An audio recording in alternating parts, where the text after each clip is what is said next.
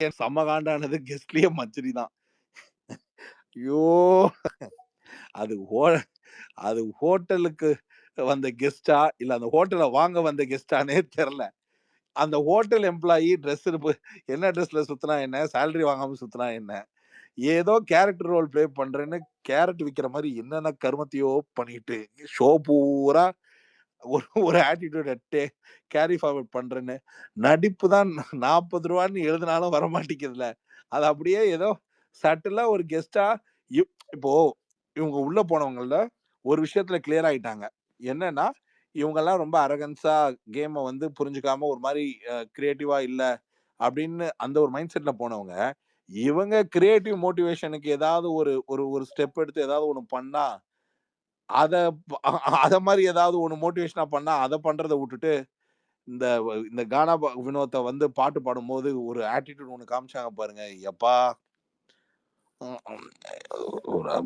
அதாவது மஞ்சரி மஞ்சரிக்கு வந்து என்னன்னா, ஒரு ஸ்ட்ராங்கான இன் ஹவுஸ் சப்போர்ட் இருக்கு. அதனால ஒண்ணும் பண்ண முடியாது. அந்த ஆட்டிட்யூட் எல்லாத்துக்கிட்டயுமே காமிச்சாங்க சார். லாஸ்ட் சீசன்ல கூட அவங்க பேசுறது கரெக்ட்டு. இவனுக்குலாம் என்ன தெரியுன்ற அந்த ஆட்டிட்யூட் இங்க இந்த கெஸ்ட்டா போயிட்டுமே இப்போ வினோத் கிட்ட நீங்க சொன்னீங்கல்ல, அதே மாரி கமருதீன் கிட்ட, ஆ எஃப்ஜே கிட்ட இவங்க எல்லாத்துக்கிட்டயும் அந்த மாரி இவன்லாம் என்ன அப்படின்ற மாரி ஒரு ஆட்டிட்யூட் காமிச்சு அந்த அந்த அது ஃபேஸ்ல அது அப்படியே அவங்க ஆக்சுவலா என்னன்னா, ரியாக்ஷன் தெரிஞ்சது. அதனால தான் நான் என் ஷோல சொல்லியிருப்பேன். விஜய் சேதுபதி சார் வந்து போன ஷோல மஞ்சரியும், இன்னொரு பிளேயரையும் ரொம்ப புரமோட் பண்ணி விளையாண்டுட்டு இருந்தார். அந்த புரமோட் பண்ணி விளையாண்டது தான் வந்து இவ்வளோ பெரிய அந்த ஒரு கான்ஃபிடன்ஸ். நான் நான் வந்து அ அந்த நான் முதல் வாரத்துல போயிட்டு வந்தம்போது கூட பாருங்க, அந்த லாஸ்ட் 2 வாரத்துல எல்லார் கூடயும் இருந்தேன்ல. அப்ப லைவ்ல உள்ளுக்குள்ள நெறைய விஷயங்கள் பார்க்கும்போது தான் தெரிஞ்சது. அடங்கப்பா! டிவில பார்த்து நான் கூட உனக்கு ஃபேன் ஆனது தப்பா போச்சு போல இருக்கேன்ற மாரி, நான் 2த்தையும் பார்த்தேன். இன்சைடு ஷோவையும் பார்த்தேன். அவுட் சைட் ஷோவையும் பார்த்தேன். அவுட் சைட் ஷோவ பார்க்கும்போது தான், இன்சைட் ஷோல இப்படியெல்லாம் நடிப்பாங்க போல இருக்கு அப்படின்னு. இப்ப இப்ப ஸ்பேடு ஸ்பேடுன்னு பேசுறவன்றது ஒண்ணு இருக்குல்ல. இப்ப நீங்க நான் எனக்குன்னு என்னைய மட்டும் தான் டிஃபெண்ட் பண்ணி சொல்ல முடியும். இப்ப எனக்கு நான் இப்ப நீங்க எப்படி ஷோல பார்க்குறீங்களோ, வெளில பார்த்தாலோ, இல்ல என்னை எங்கேயாவது வெளியில பார்த்தாலோ, இதே மாரி தான் இருக்கணும். இதுல இருந்து ஒரு பெரிய சேஞ்ச்லாம் இருக்காது என்கிட்டக்க. அப்படின்னா, அதுக்கு உள்ள இருக்கிறோம். அதனால உள்ள இருப்போம், இருக்க மாட்டோம்னு இல்ல. இவங்க இந்த ஷோல இருக்கிறதுக்காக ஒண்ணு, ஷோல இருந்து வெளியில போனா ஒண்ணு பண்ற ஒரு ஒரு ஒரு கேம் இருக்குல்ல. அப்படிப்பட்ட ஒருத்தனுக்கு தான் இங்க புகழாரம் பயங்கரமா போய் சேருது.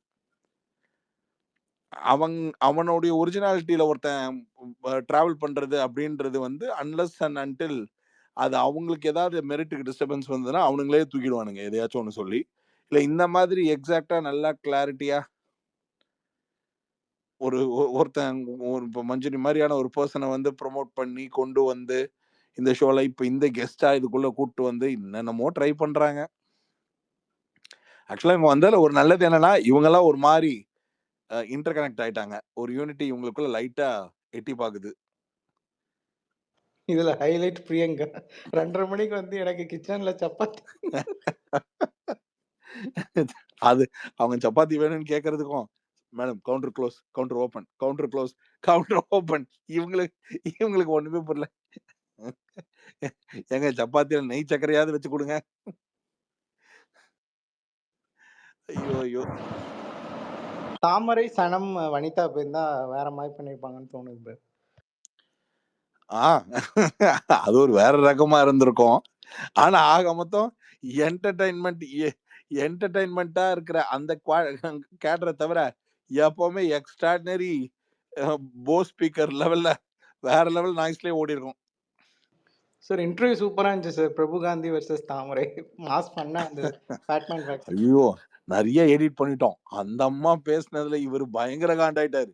ஒரு பாயிண்ட்ல ஒரு பாயிண்ட்ல பிரவீன் காந்திய லிட்டரல் ராகிங்ல ஓடிட்டு இருந்தது. "அம்மா இரும்மா என்னையும் எடுக்க வந்ததுக்காக என்னையும் சேர்த்து கோத்து விட்டு போயிடாதன்னு." தாமரை விட்டு கலாய்க்குது. அவர் அதுக்கே டஃப் குடுக்காரு. அப்பதான் நினைச்சேன். சரியான இது கெஸ்ட்டா தான் கூட்டு வந்திருக்கீங்க உங்க ஷோக்கு அப்படின்னு.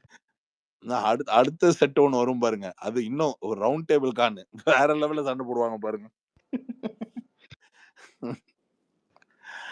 ஐயா நேத்து கட்டபொம்மன் இத பாத்தீங்களா? இவர் மனம் முன்னாடி கர்ணன் இத சுபீர் மொமெண்ட் ஐயையோ முடியல. சிவாஜியே ஷையா ஃபீல் பண்ற அளவுக்கு ஒரு ஒரு சீன அவர் ரியாக்ட் பண்ண மனோ என் கேரியர் க்ளோஸ் ஆயிடும் போல் இருக்கு. அந்த ரியாக்ஷன் தான் அல்டிமேட். அப்பா யாருடா சாமி? அந்த ட்ரெஸ்ஸ மாட்டோன்னே கட்டபொம்மன் ஆட்டோமேட்டிக்கா அது ஆட்டோமேட்டிக்கா சைலன்ஸ்ல போறதுக்கு முன்னாடி ஒரு வயலன்ஸ பண்ணிட்டு போனார். பிரவீன்ராஜ் தெரிச்சு ஓடிட்டான். நிஜமா பிரவீன்ராஜ் தான் எக்ஸிட்டா? ஆமா ப்ரோ. அப்படியா? விபூதி அடிச்சிட்டாங்க தலைவனுக்கு. தலைவன் பாவம் மிலிட்டரி ஆர்மி மாதிரி கெத்தா இருந்தான், அவனுக்கே விபூதி அடிச்சிட்டாங்க. எனக்கு தெரிஞ்சு ரம்யா ஜோ கிட்ட அப்படி ஒரு பொட்டன்ஷியல் கேம் என்ன பார்த்தாங்கன்னு எனக்கு தெரியல. எதுக்காக இழுத்து பிடிச்சு உட்கார வச்சிருக்காங்கன்னு புரியவே இல்ல. சார் பிஆர் சார் எல்லாருமே யாரெல்லாம் பிஆர் கரெக்டா வச்சிருக்காங்களோ, பாட்ஸ் வச்சிருக்காங்களோ அவங்க வந்து உள்ள இருப்பாங்க. ஒரு first 6 weeks to 8 weeks PR தான் ஒர்க் ஆகும். ப்ரோ ஆஃப்டர் 8 week தான் நேச்சுரல் கண்டஸ்டன்ஸ். ப்ரோ நீங்க எனக்கு புரிய வைங்க. மேபி எனக்கே இன்னும் இதுக்கு சரியான கிளாரிட்டி கிடைக்கல. நீங்க இப்ப சொல்ற பிஆர்ன்றது ஓட் பிஆரா, பெய்டு பாட்ஸா, இல்ல டிஜிட்டல்ல இவங்கள வந்து ஒரு மாதிரி கிராண்டா இருக்காங்க அப்படின்னு நம்மள கன்வின்ஸ் பண்றாங்களா? எது பிஆர் ஆக்சுவலா? பிஆர்னா இப்போ நான் ஓட்ஸ்ன்னு சொன்னீங்கன்னா இந்த ஷோ ஓட்னால போறதே இல்ல. ஷோ ஓட்டிங் கிரவுண்ட்ஸ்ல போறதே கிடையாது. நீங்க எந்த கண்டஸ்டன்ஸா வேணாலும் கூப்பிட்டு கேளுங்க. அவங்களுக்கு வந்து தைரியம் இருக்குன்னா, தைரியம் இருக்கிற கண்டஸ்டன்ஸ்னா சீசன் 8லயே கொஞ்சம் பாத்தீங்க, சீசன் 7 வரைக்கும் கேளுங்க. யாராச்சும் என் தாமரை வரைக்கும் கேளுங்க. யாருமே ஓட்டோடைய இதுல போகாது. நீங்க போடுற ஓட்டு இந்த இது அதெல்லாம் வந்து டுபாகூரு. ஆனா நீங்க இந்த பெய்டு பாட்ஸ எப்படி மெஷர் பண்றீங்கன்னு தான் எனக்கு புரியல. பெய்டு பாட்ஸ் எந்த ஆங்கிள்ல மெஷர் பண்ணுவீங்கன்னு. சார் இப்போ மார்க்கெட்டிங் ஏஜென்சிஸ் இருக்கு சார் இதுக்கெல்லாமே. ஃபர்ஸ்ட் ஹிந்தில தான் ஸ்டார்ட் ஆச்சு இது. இல்ல அது இருக்கு ப்ரோ. நான் என்ன சொல்றேன்னா, மார்க்கெட்டிங் ஏஜென்சி இருக்கு. அந்த ஏஜென்சி ப்ரோமோட் பண்ணி தருது. ப்ரோமோட் பண்ணி தர்றதுல ஒரு குறிப்பிட்ட அது என்ன சொல்லுவாங்க, பிளேயர் பிடிச்சிருச்சுன்னு வச்சுக்கோங்களேன். அந்த பிளேயரை மட்டுமே ரொம்ப ஹைலைட்டா அதிகமா டிஜிட்டல் நாய்ஸ் இருக்கிற மாதிரி கிரியேட் பண்ணுவாங்க. பட் இது பண்றதுனால என்ன மெஷர்மெண்ட்னா, ஒருத்தனை உள்ள உட்கார வச்சிடலாம் அப்படின்னா, ரம்யா ஜோக் அப்படி என்ன ஒரு பெய்டு ப்ரோமோட் ஆகி அவங்க உள்ள உட்கார்ந்துருப்பாங்கன்னு நீங்க நினைக்கிறீங்க? சார் அது சார் சிம்பிளா பாத்தீங்கன்னா இப்போ நம்மள ஒரு இந்தியா ஆண்டுகிட்டு இருக்க ஒரு கட்சி இருக்குல்ல, அவங்க எப்படி இன்ஃப்ளூயன்ஸ் பண்றாங்க? கூகுள்லயோ எல்லாத்துக்குமே ஆட்ஸ் நீங்க பாத்தீங்கன்னா அவங்களோட ஆட்ஸ் மட்டும் தான் வரும் வீடியோஸ்ல நீங்க எலெக்ஷன் டைம்ல. ப்ரோ நீங்க சொல்றது லாஜிக்கலி ஹவ் தே ஆர் ப்ரோமோட்டிங்னு. நான் ரம்யா ஜோ எப்படி உள்ள உட்கார்ந்து இருக்காங்கன்னு கேக்குறேன். அது ஆப்வியஸ்லி சார், ஒன்னு தேர் பெய்ட் பாட்ஸ், இன்னொன்னு அவங்களோட ஏதோ சின்ன கண்டென்ட் ஓட்ட இது பண்றாங்கன்னு சொல்றீங்களா? ஒண்ணு இல்ல சார், ஒரு ஏஜென்சி இருக்கு சார், மல்டிபிள் அக்கவுண்ட்ஸ் கிரியேட் பண்ணுவாங்க. அக்கவுண்ட்ஸை கிரியேட் பண்ணி எவ்ரி 10 minutes ஒரு ஓட்டு விழுந்துகிட்டே இருக்கும் உங்களுக்கு. ஆனா ஆப்வியஸா இப்போ பிரவீன் வந்து he might not have set up someone. Okay. அதனால இப்போ தீபக்கே பாத்தீங்கன்னா அந்த ஃபர்ஸ்ட் 5 weeks பாத்தீங்கன்னா, தீபக் சார் லாஸ்ட் இயர் அவருக்கு வந்து ஓட்டே விழல. அவர் வந்து எப்பவுமே லாஸ்ட்ல தான் இருந்தாரு. ஏன்னா அவருக்கு வந்து எந்த செட்டப் இருக்குல்ல அந்த டைம்ல. அதே வேற கண்டஸ்டன்ஸ் இப்போ சௌந்தர்யா எடுத்தீங்கன்னா, விஷ்ணு விஜய் நல்ல வெளியில வந்து அவருக்கு ஒர்க் பண்ணிட்டு இருந்தாங்க. ஓகே. சோ அது வந்து ஆப்வியஸ்லி அவங்க பண்ற சின்ன சின்ன விஷயம் உங்களுக்கு எபிசோட்ல வராது. ஆனா உங்களுக்கு இன்ஸ்டாலையும் ஃபேஸ்புக்லயும் அது பயங்கரமா ப்ரமோட் செய்யப்படுது. ஸோ ஆப்வியஸா எங்களுக்கு இப்போ எனக்கு வந்து சௌந்தர்யா யாருன்னே தெரியாது. But most of them after Muthukumaran voted for Soundarya. So நீங்க அப்ப அந்த ஓட்டுன்றத நம்புறீங்க. அப்ப ஓட்ட நம்புறீங்க நீங்க. இப்போ எலெக்ஷன் கமிஷன் இவிஎம் நம்புனா இது நம்ம தான் ஆகணும். நீங்க பாதி அதுல இருந்து இத கொண்டு வந்து சிங்க் பண்றீங்க. இதுக்கு எனக்கு என்ன பதில் சொல்றதுனே தெரியல. இல்ல சார், அவரு என்ன சொல்றாருன்னா, நிறைய அக்கௌண்ட்ஸ் ஏஜென்சிஸ் கிரியேட் பண்ணி வச்சிருக்காங்க. ஹாட் ஸ்டார் ஆகட்டும், மிஸ்காலா இருக்கட்டும். அதை வச்சுதான் அவங்க வந்து ஓட்டிங்ல லீடிங்ல இருக்காங்க. மேபி ஜெனரல் ஆடியன்ஸ்ல அவங்க அவளை ரீச் பண்ணன்ற அந்த ஸ்டேட்மெண்ட் வராரு. இல்ல அப்படியே இருந்தா கூட, இப்ப சார் சொன்னபடியே இருந்தா கூட, ஒரு இந்த ஐஎம்எஃப் ரிப்போர்ட் இருக்கு தெரியுங்களா? ஐஎம்எஃப் ரிப்போர்ட் பாருங்க, ஆடிட்டிங்கோட அது என்ன சொல்லுவாங்க, டிஆர்எஸ்பிஎஃப், அந்த ரிப்போர்ட் படி நீங்க வந்து you are supposed to expose it if somebody says that they are lead by this much vote, or நீங்க எப்படி வந்து இதை வந்து ஜஸ்டிஃபை பண்றீங்க, that how for they are first second தேர்ட்ன்ற கேட்டகரியை. அதுக்கு வந்து ஒரு ஆடிட் செக்ஷன் இருக்கு. நீங்க வந்து அதை நீங்க எப்போ வேணாலும் ஆஸ் அ பப்ளிக், நீங்க as any public that they can request and they can get the auditing report to see that whether it has been done or not. I mean as per the voting system படி. ஆனா ஜென்ரா ஒரு ஓட்டை sustain பண்றதுல Ramya ஜோட vote வந்து அவங்க வந்து கண்டிப்பா செலவு பண்ணி இத பண்ணிருப்பாங்கன்றது எனக்கு கன்வின்சிங் ஃபேக்டரா தெரியல. கண்டிப்பா இருக்காது சார். ஏன்னா வினோத்துக்குமே இதை தான் சொல்றாங்க. ஆனா வினோத் வந்து நம்ம பார்க்கிறோம், அவருக்கு அவ்வளோ எலிஜிபிலிட்டி நான் இருக்குன்னா, அவ்வளோ ஃபினான்ஷியல் 5 பாயிண்ட் ஆஃப் லேக் வியூல 10 கூட லேக்ஸ் சொல்லல. But technically speaking Ramya joke இதை இந்த மாதிரியான ஒரு வேலை அப்ரோச் பண்ணி போற அளவுக்கு அவ்வளோ ஸ்கில் எல்லாம் இல்ல. இது அப்படியெல்லாம் கொண்டு வந்து இல்ல. சொல்லுங்க ஜோ. ஹாய் ப்ரோ, நீங்க ஒரு விஷயம் சொன்னீங்கல்ல, அந்த ஆடிட்லாம் யாரு கேட்டாலும் கொடுப்பாங்கன்னு. அப்படிலாம் கிடையாது ப்ரோ. நான் வந்து இது ஆர்டிஐ எல்லாம் போட்டு கேட்டதுக்கு இது ஒரு பிரைவேட் ஷோ, அதனால அந்த டேட்டா எல்லாம் நாங்க வெளியில ஷேர் பண்றதில்லன்றதா எனக்கு ரெஸ்பான்ஸ் வந்துச்சு. உங்களுக்கு வேணும்னா அந்த லெட்டர் பத்திரமா வச்சிருக்கேன். இங்க கேளுங்க. இப்போ பப்ளிக் கேட்கணும்னா மோர் தேன் ஒரு குறிப்பிட்ட நம்பர்ஸ் இருக்கு. அத்தனை பீப்புள் ஒரு கன்சிடோரியமா ஆக்கி அந்த கன்சிடோரியம்ல இருந்து பப்ளிக் கேட்டா அந்த ரிப்போர்ட் காட்டணும். இன்னொன்னு இல்ல சார், ஆர்டிஐல பப்ளிக் ஷோவ இருங்க. நான் என் சீசன்ல நான் இதை ட்ரை பண்ணேன், அதுக்காக சொல்றேன். அப்படி அதாவது மினிமம் நம்பர்ஸ் இருக்கு. 5000 பீப்புள் கிட்டக்கு மேல அந்த கன்சிடோரியம்ல இருந்து நீங்க ரைஸ் பண்ணீங்கன்னா அந்த ரிப்போர்ட்டை நீங்க வந்து எக்ஸ்போஸ் பண்ணி தான் ஆகணும். ரெண்டாவது ஏதாவது ஏஜென்சிஸ் வச்சு அந்த ஏஜென்சிஸ் வந்து நீங்க QMF ரிப்போர்ட்டை கேட்டீங்கன்னா அவங்க காமிச்சு தான் ஆகணும். They have no other choice. அவங்க எங்களோட பிரைவேட் ஷோ, ரியாலிட்டி ஷோ அப்படின்னும் போது பப்ளிக்கோடைய ஓட்டை நீங்க டிமாண்ட் பண்ணீங்கன்னா அந்த public has the rights to expose the number. If it is not, நீங்க வந்து சும்மா அந்த ஷோக்கு நடுவில் நீங்க நம்பர் அடிச்சு விட்டு SMS அடிச்சு விளையாடுற அந்த கேம் மாதிரி கிடையாது. நீங்க எங்களோட ஓட்டிங்னா உங்க ஸ்ட்ரீமிங் எங்களுடைய கமர்ஷியல் பெனிஃபிட்ல இருக்கு. அதனால எல்லாருக்குமே ஆன்சர் தான்.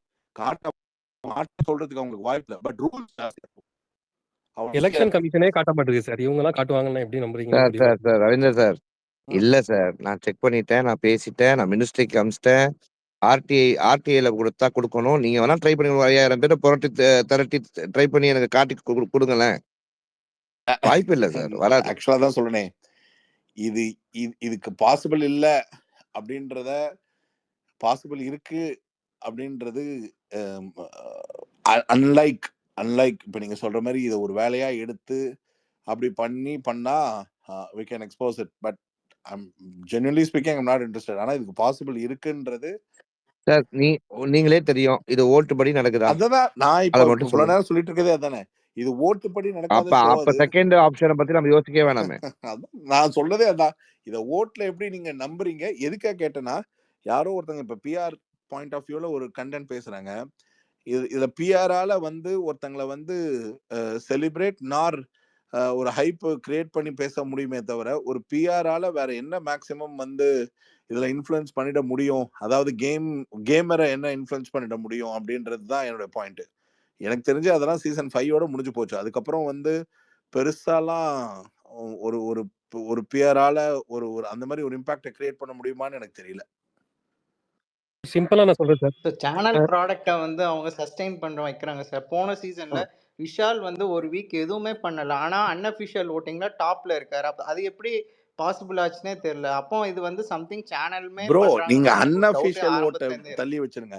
விஷால உள்ள வைக்கணும்ன்றது டே 1 பிளான். சரிங்களா? விஷாலு சில பேர் வந்து 50 days வரைக்கும் அவங்களுக்கு வந்து ஒரு நாமினேஷன் பாஸ் அப்படின்ற பேரே இல்லாமலே அவங்களுக்கு அந்த பாஸ் கிடைச்சிருச்சு. சில பேருக்கு எல்லா சீசன்லயும் ஒரு 5 பேருக்கு மினிமம் அந்த பாஸ் இருக்கும். அவங்களால சாலிடா விளையாட முடியும். அவங்க கேம் பேட்டர்னை பார்க்கும் போதே தெரியும். அவங்களுக்கு எந்த பயமும் அவங்களுக்குள்ள இருக்காது, எந்த நர்வஸ்னஸும் அவங்களுக்குள்ள இருக்காது. அவங்க தெளிவா இருப்பாங்க. அதுக்கப்புறம் போறதும் வர்றதும் உள்ளுக்குள்ள வர்றதுல இவங்க ஆரம்பிக்கிற செயல்கள்ல அதை பேஸ் பண்ணி தான் இருக்கு. ஸோ எப்படியும் 50 days ஹோம் ப்ராடக்ட்ஸ்க்கு மேக்ஸிமம் கொடுத்துருவாங்க. அதுக்கு மேல சார் ஒரு சீசன்ல அந்த ஐஸ்வர்யா அப்புறம் அந்த இன்னொரு பொண்ணு 2 பேர் அந்த இடத்துல ஒரு திடீர் மொமெண்டா அவங்க கேப்டன் ஆயிட்டாங்க, நீங்க ஒருத்தரை சேவ் பண்ணலாம் அப்படின்னு சொல்லி வாண்டடா சேவ் பண்ண வச்சாங்க. அதுக்கப்புறம் வர சீசன் இப்ப இந்த சீசன்ல என்னன்னா எந்த நாமினேஷனுக்கும் பயப்பட தேவையில்லைங்க. அவங்களே அடுத்தது ஒரு ஆஃபர் கொடுப்பாங்க. அப்புறம் அவங்களே அந்த ஆஃபர் கொடுத்தவங்களுக்கு இன்னொரு ஆஃபர் கொடுப்பாங்க. உங்களுக்கு பிடிக்காதவங்களையும் நீங்க நாமினேட் பண்ணலான்னு. இது என்ன கான்செப்ட்ல போகுதுன்னே தெரியல. எக்ஸாம்பிள் இவங்களுக்கு திவ்யா கொடுத்தாங்களா சார், இந்த வாரம் கேப்டனா, அடுத்த வாரத்துக்கு வந்து கேப்டன்சி கண்டெண்டரா. இது எந்த சீசன்லயுமே நடக்காத ஒரு அதிசயம். இது இது இது இது வேற லெவல், இது வேற லெவல்ல இருந்தது. திவ்யாவோட நீங்க சொல்றது கரெக்ட் தான்.